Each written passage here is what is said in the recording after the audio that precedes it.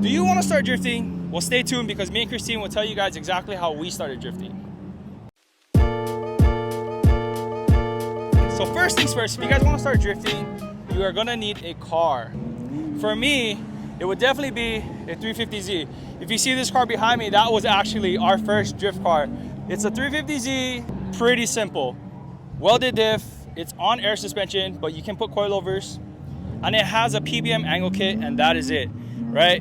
That car is literally a turnkey drift car, and I definitely recommend getting a 350Z. For the price point, you can't go wrong. My current drift car is this 240SX. Something like this costs a lot of money to get into, especially these days. Back in the day, you could get into these for pretty cheap, but seeing as the market skyrocketed in these recent years, I definitely recommend going with something more like that, only because the power in that is equal to a motor swap in this. So you can get in a car and start driving way quicker in something like that. That's gonna be way more reliable because the engine is stock, right? You can beat on the car all day long and not have to worry. This car here is very temperamental, but the reason why we like this car is because it's a track car. But I'll tell you, if I was a beginner, I would definitely jump into a 350Z. You can also get into E36s. If you guys see around, there's a bunch of E36s, E46s. The aftermarket support is actually a pretty big thing to think about when you're trying to get into drifting, because as you progress, you're gonna want to upgrading parts and switching out parts on the car, making the car drive better to your liking. So I definitely see that being a big issue if you choose a chassis that is not as supported in the aftermarket. Now, 240 is probably like the OG drift car that everybody gets, at least back in the day, and that's why there's a huge aftermarket for it. But something like the 350Z is starting to get a lot more aftermarket. Something like the E36s, the C5 Corvettes is definitely something that you guys should be able to, jump in and find some parts that's not so hard. I don't recommend buying somebody's project car unless it's a super good deal, because sometimes you could just be taking on somebody's headaches, right? So with that being said, you guys have options, right? You could get into a 240 if you can find a good deal. Definitely look into a 350Z, definitely look into an E36, definitely look into what everybody else is driving, and then make your decision on that. So for a lot of beginners, choosing a car can seem like a really big deal, but you don't have to stick to it. You want to just make sure you get the right car. Actually, excuse me, sir, can I ask you some questions? What is this one interview? Yeah, this is kind of like an interview. Who am I here with? Brad. All right, guys, so we got Brad over here. He's over here drifting at the event. What are you driving today? I'm here. Where are you driving? No, I'm here with the 350Z, all stock except for angle mods and electronic traction control delete, Okay. It's so like the basic for 350. If you were to recommend a beginner drift car to anybody that's wanting to get into the sport, just like a grassroots kind of thing. 350Z. Guaranteed 350Z? Okay. 350Z. Sounds good. All right, guys, so it looks like you want to get a 350Z. I have a good one, bro. All right, take it easy, bro. Oh, I need my microphone. Yeah. Thank you. So once you get your drift car chosen, you're going to want to think about upgrades. Now, I suggest just drive the car stock. The only thing that you really need is a locked rear end, and a welded diff is the cheapest route to take. If you have money, you can go ahead with a two-way, something like that, but a welded diff would actually be a lot better for a beginner because it's a lot more predictable, right? Once you have your welded diff, you literally can go out and drift. So once you choose your car, you're gonna wanna make sure that you can find an event to go drifting at. The best thing to do is to check what racetracks are near you, because 9 times out of 10, the events will be held at your local racetrack. I definitely recommend going on Instagram, because that's where you can find a lot of information, find a lot of people who actually go out and drive, and maybe ask them some questions too about, where the events are at, see the vibe on it, because it's definitely a good tool, especially nowadays for social media, to find answers. So I just want to come on here real quick and give you guys a few tips. I know that this whole process seems intimidating, and it is. I've been there beginning myself, so I know how it is. Just to ease you guys' minds, everybody in the sport is actually super welcoming, super easygoing, and willing to give tips, especially if you ask for help. Drifting doesn't have to be complicated, so when you're first starting off, don't overcomplicate things. An example, don't build a fully drift spec car, because that might be too much for you guys to handle in the beginning, especially being a beginner. A lot of horsepower, a lot of angle and stuff like that. It takes a lot to get used to. So I definitely recommend start off with a stock car. It'll be easy for you to learn the chassis and then upgrade as you go. Let the parts come as you progress as a driver is something that I definitely recommend. As far as tech requirements, it's something that I didn't mention, but each event is gonna have something called tech, which is pretty much like a safety inspection on your vehicle, so that way you can get out on track, right? It's a list of requirements that your car needs to have. Something like, for example, bolted down seats, bolted down batteries, make sure you have seat belts, stuff like that, no leaky fluids. Now, if you have a stock car, majority of the time, all that stuff should be cherry, so you don't have to worry about it. That's why I say, try not to buy someone else's project because you don't know what's gonna be done to it, and you might have to fix a lot of things before you get on track. With that being said, you don't need a roll cage, at least for grassroots stuff. A lot of places that you tandem as well without a roll cage. One thing that's not required, but I definitely recommend, is a fire extinguisher. Now, a lot of us put a lot of time and money, especially into these builds that we go out and enjoy, and a fire could take that away in a second. As you guys know, if you follow the channel, me and Christine had a couple fires just putting together her car, and we're lucky enough to have some fire extinguishers on hand. So I definitely recommend you guys have one in your car. We always keep them in our car anyways. So that's something that I definitely recommend you keep in your car regardless. With that being said, I have a couple of clips of us talking with the Drift Maybe family, getting some tips and tricks for some of the beginners out there. So I'm gonna go ahead and roll those clips right now.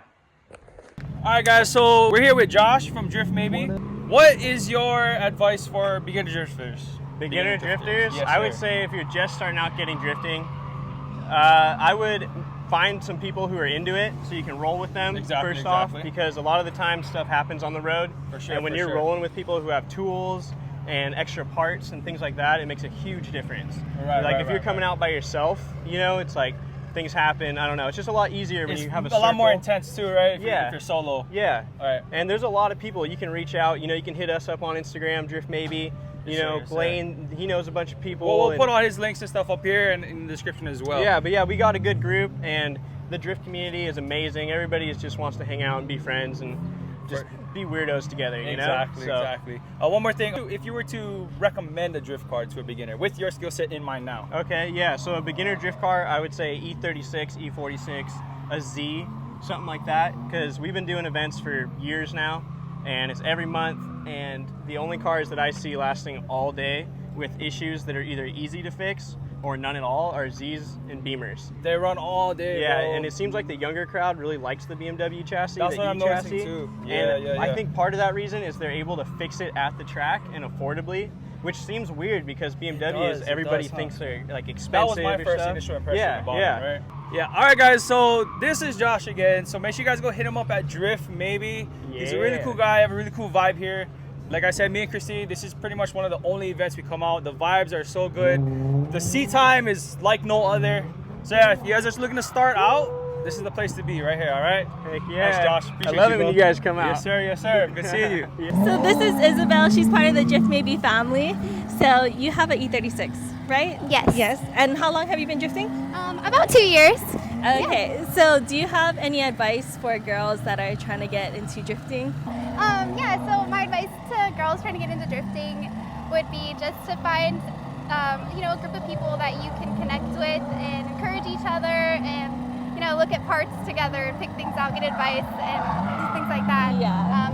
A support system is really everything with it, and then you can just have fun with it, and that's the Yeah. main thing. It's just to have fun. Yeah, and it was cool because it's kind of intimidating to try to reach out to other girls. Yeah. I guess or see other girls, but coming here, it was good meeting you because you guys are super welcoming. So if you guys want to come to a drift event, Isabel is always here. Absolutely. I love it when girls come and get in my car for ride-alongs, or if I get to go in their car and we can, it's just all fun. And I had a lot of fun the first time that we got to ride along together because we're just like giggling and laughing the whole time. Yeah. Of course, it just breaks the whole seriousness of drifting. So it's fun. Yeah. It's a really fun event over here. So if you were to start from scratch again, what car would you choose as a beginning drifting car? I feel like 36s are such a good baseline, and there's just so many parts you can get for them and make it however you want it. And it's also buying the car might not be the cheapest, but the parts are pretty cheap and they're super easy to come by. So yeah, if you can get an E36, then there's so much fun. The E36 is like a good power limit where you can go out and really push it, but it's not too not too Not much out power there, where yeah. you're just like boom straight to a wall. Like I mean, obviously Yeah. you can go to a wall with any car, but like the 350Z when I It's a drive, manageable car, right? it's manageable. Yeah, yeah, Exactly, yeah, the yeah. power's right manageable. It's super reliable because you drive it all the way from Santa Cruz all the way to Thunder Hill. How far is that drive? Yeah, I drive it from Santa Cruz here. It's probably about 3.5 hours, and then I've driven it out to Apple Valley and back too, twice. So yeah, it's Yeah. really reliable for me. I might just be lucky with it, but Yeah. I mean, I see a lot of E36s out here, and everybody's having a good time with them. So Yeah, and you're going all day. It's like never Yeah. broken. yeah, I know. I got pretty lucky. It takes it, you know. It likes to do it. Yeah. All right, guys. So we're here with Nick. Same thing I asked Josh, right? I want to know if you have any advice for beginner drifters.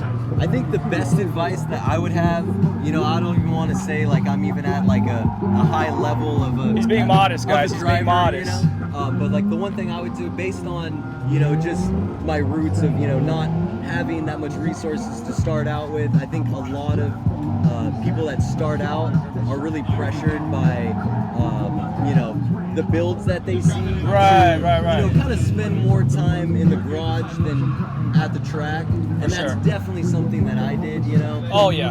I put myself out on credit cards.